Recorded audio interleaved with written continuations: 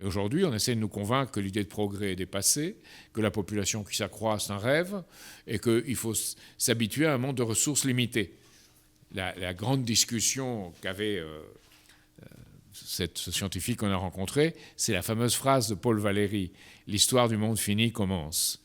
Alors, ce que disait Valéry, en réalité, c'est que c'était un monde de circulation de biens, d'êtres humains, de tout, et qu'il n'y avait plus un monde qui soit fini au niveau d'un État. Il ne voulait pas dire que c'est un monde fini au niveau de la production de ressources et de la naissance d'êtres humains.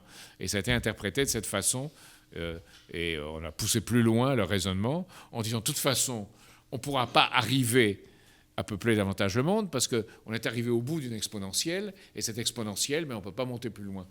À quoi on peut répondre? L'être humain est toujours monté plus loin par de grandes découvertes.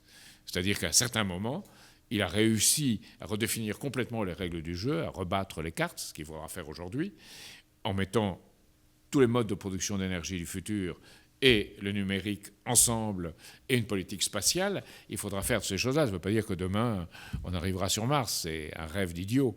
Il faudra réfléchir à comment on peut connaître ce qui se passe dans le monde où nous vivons. Et c'est intéressant de voir réapparaître des éléments de ça un peu confus, mais réapparaître parmi les jeunes et aussi parmi des opportunistes qui ont donné un certain sens de ça à Hollywood ou ailleurs. Donc il y a une réflexion sur ces questions plus profondes. Les politiques ne les posent pas. Pourquoi ils étaient tellement enragés sur le fait que j'ai mentionné l'espace? C'est parce que une question à long terme ne devait pas être posée dans une présidentielle.